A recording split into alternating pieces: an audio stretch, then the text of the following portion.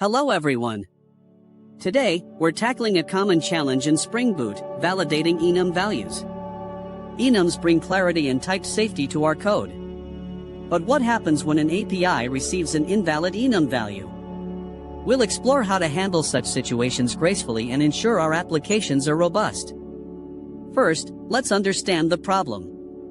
Imagine an API expecting a status enum with values like open, closed, and pending. If someone sends garbage, we need to catch it.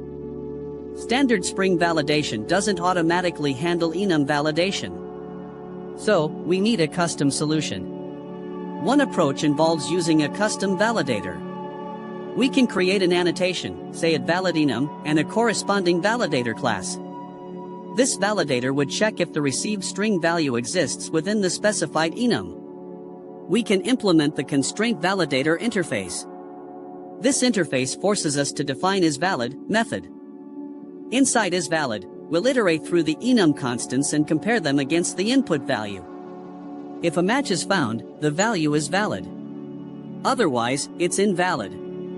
Next, consider using a converter.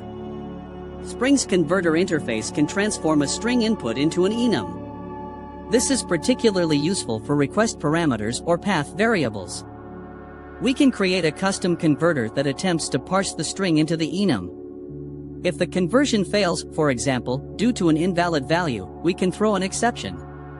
This exception can then be handled globally using at controller advice and at exception handler. This provides a centralized error handling mechanism. Another method involves using a custom deserializer with Jackson. If you're using Jackson for JSON serialization and deserialization, a custom deserializer offers fine-grained control. We can write a custom deserializer for our enum that throws an exception when an invalid value is encountered. This ensures that invalid enum values are caught during JSON deserialization. Now, let's talk about error messages. When an invalid enum value is detected, providing a helpful error message is crucial.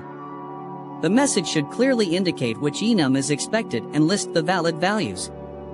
This makes debugging much easier for API consumers. Consider using internationalization, I18N, for your error messages. This allows your application to support multiple languages. Remember to test your validation thoroughly. Write unit tests to ensure that valid enum values are accepted and invalid values are rejected. Consider integration tests to verify the validation within the context of your API endpoints. Remember, consistent validation leads to more reliable applications. We've covered a few key strategies for validating enum values in Spring Boot. Choose the approach that best suits your project's needs and coding style. Thanks for watching. If you found this video helpful, please consider subscribing to the channel, liking the video, and sharing it with others. Your support helps us create more content like this. Also, let us know in the comments if there are any other Spring Boot topics you'd like us to cover.